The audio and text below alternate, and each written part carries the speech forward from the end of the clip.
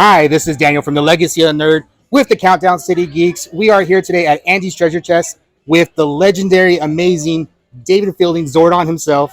How are you doing, man? I'm good. I'm good. Thanks for having me. So today we're actually at Trader's Village. This weekend he will be here. Well, today he's here till 5, and then tomorrow he'll be here till 2. Till 2. Last fan standing. Last fan standing. They're talking to all the fans. They're autographing. They're doing a bunch of great stuff. Your line was super long. It just dimmed down for a second to give us a chance. So I really appreciate it. Yeah.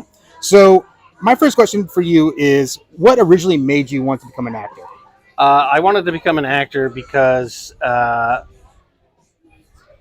of the stuff that I was into as a kid, whether it was the Batman television show with Adam West or the comic books that I was reading, and some of the films that I would see on Saturday afternoon, chiller theater, that kind of thing, I just wanted to tell those kind of stories. I wanted to be a part of that. I wanted to do things that were bigger than life.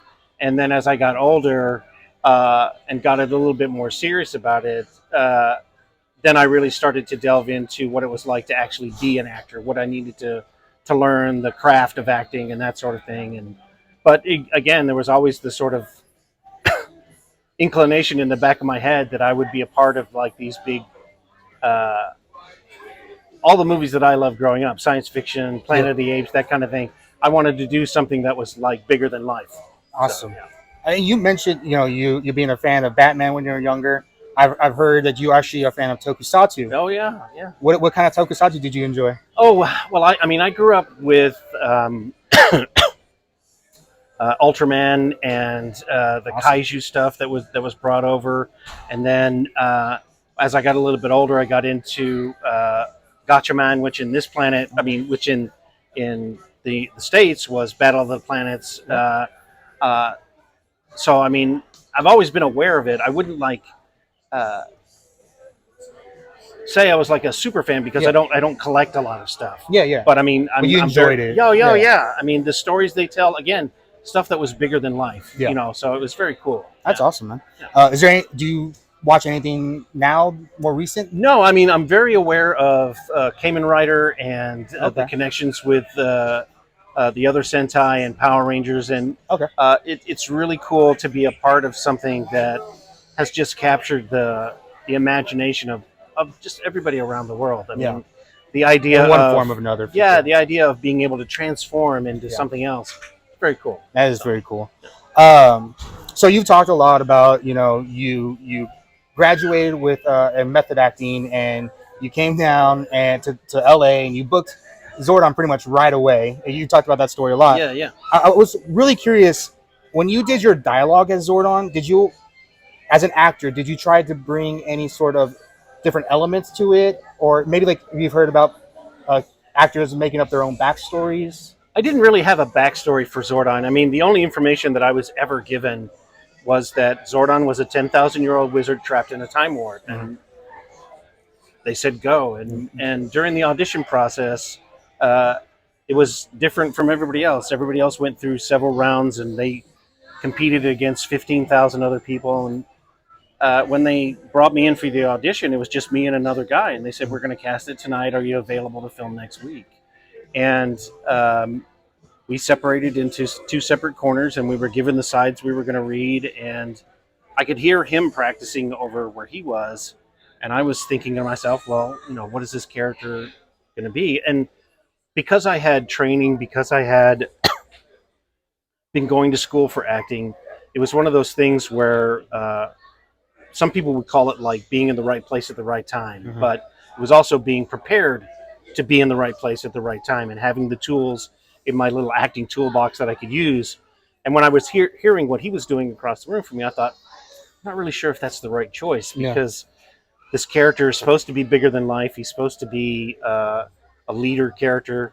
And so I just imagined Zeus up on Mount Olympus and tried to give it a very sort of, a lot of gravitas, a lot of weight.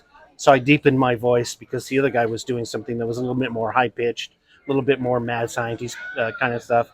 And that's the one they ended up going with. So. That makes much more sense. Like, the Zeus aspect. I can Yeah, I definitely mean, see that for I sure. loved the Greek myths when I was growing up, I did too. and there was the Hercules cartoon, and I remember that. Yeah, And then Hercules was part of Marvel Comics, and so I was always into the mythic stuff. And awesome. I thought, well, let's go a little bit mythic with Zordon. And That's they awesome. love that. That's really cool.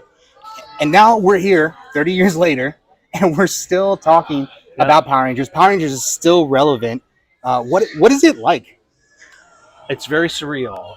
It's also very humbling because what I take away from it is it's such a positive force for a lot of people. It's something that has motivated people to improve themselves, whether that's through exploration in martial arts, or it's inspired them to serve their communities, whether they're going to be an EMT or just a firefighter, somebody who's going to help. Yeah. And that's, I think, is what Power Rangers really grips the people that watch it, is Yeah. that these people are helping. I can help too. And because they're wearing these helmets that obscure their faces, it could be anybody in that suit. Yes. You could be a red Power Ranger. You could be a blue Power Ranger. And so I think that's what has kept it going for 30 plus years. Yeah. I mean, I would have to agree. And not only that, I was telling some of the in space cast this is that I went to at Halloween. I sat outside and I had a Lord Zed helmet because that's the only one that fits my big head very well. So and a bunch of little ones came up to me in Power Ranger costumes and they go, "You're Lord Zed." And I thought it was amazing because even their parents were like, "Oh, you're Shredder." Yeah. And I'm like, "No, I'm not. I'm not Shredder." And it's crazy how Power Rangers has morphed in itself over the years, and now we have little ones that know the old stuff as well, and it's very. I think it's really cool. Yeah, yeah. So my last question for you: Hasbro calls you. They go, David, full control. Any Power Ranger story you would like to tell, no matter how many episodes, you have the reins. What would you do with it? I would love to do an animated series based off the Boom comics. Do Okay. Shattered Grid as an animated series. Awesome. Do the Eltar War as an animated series. That way, I mean, I think they had so much trouble trying to get people to come back and in a cohesive whole. Yes. If you get the original 5 or original 6 actors back together, I mean, there were so many people who were doing things. But if you brought them back as voices, Yeah. they don't have to be in the same room at the same time. You Exactly. can grab them when you can, do this whole thing. And plus, animation and anime these days is so big. I think it would be huge if they did like an animated thing. But that's the way I would go. Do you think the Boom comics are doing Zordon justice? Oh yeah. What Kyle and Ryan have done in the Boom comics is just amazing. And let's get a Zaddy, let's get a Zaddy Funko going. Nice. Zordon has a body, so Yeah. let's make him an action And figure. armor. Yeah. Well, I want to thank you. I appreciate you taking the time out today. Again, he'll be here again from 12 to 2 tomorrow at Andy's Treasure Chest in Traders Village in San Antonio. Make sure to come see him. He's here with Austin St. John. And I appreciate you. Thank you so much. Thank you, sir. You bet.